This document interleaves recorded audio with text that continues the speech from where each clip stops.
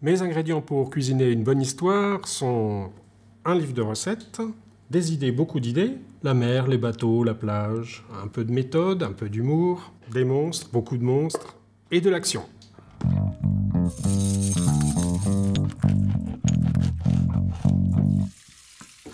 Avant de sortir les ingrédients du panier, il faut que je vous présente mon livre de recettes préféré. C'est l'Iliade et l'Odyssée, voilà, illustré par les Provençaines.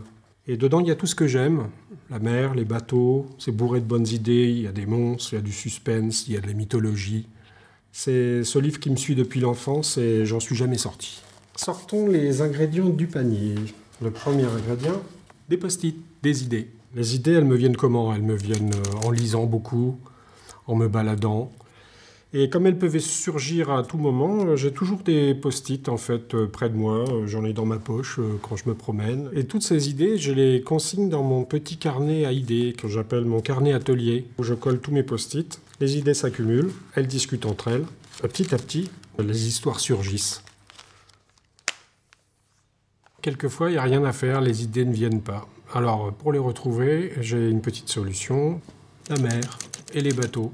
Comme j'ai la chance d'habiter en Bretagne, pour que les idées se débloquent, qu'elles viennent à nouveau, eh bien, je vais me promener sur la plage, ou bien je vais faire un petit tour en bateau. Et à ce moment-là, tout redevient simple, je retrouve l'inspiration, et les idées s'assemblent à nouveau. Autre ingrédient pour cuisiner une bonne histoire, l'aventure et les voyages. J'ai une passion pour le Japon. J'ai écrit beaucoup d'histoires qui se déroulent au Japon. C'est un pays où j'ai eu la chance de voyager.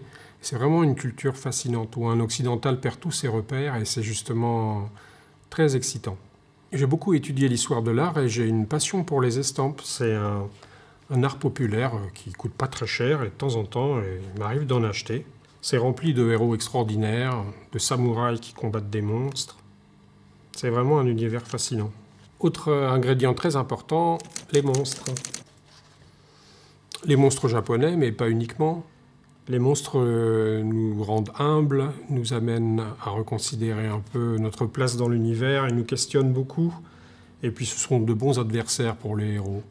Alors pour le scénario comme pour la cuisine, les ingrédients c'est très important, mais il faut aussi un bon tour de main, c'est-à-dire de la méthode. Et des petites fiches sur la méthode, sur ce que doit être une bonne histoire, bien rythmée, avec des bons personnages, j'en écris pour me rappeler voilà, comment je dois bien construire mes histoires. Pour muscler une bonne histoire comme pour muscler une bonne recette, il faut savoir épicer son récit. Alors il nous faut de l'action et aussi un peu d'humour. Scénariste, c'est un métier sérieux, mais bon, il ne faut pas trop se prendre au sérieux. Alors les histoires, il faut que ça mijote un peu. Voilà, l'histoire est prête. Qui en veut ?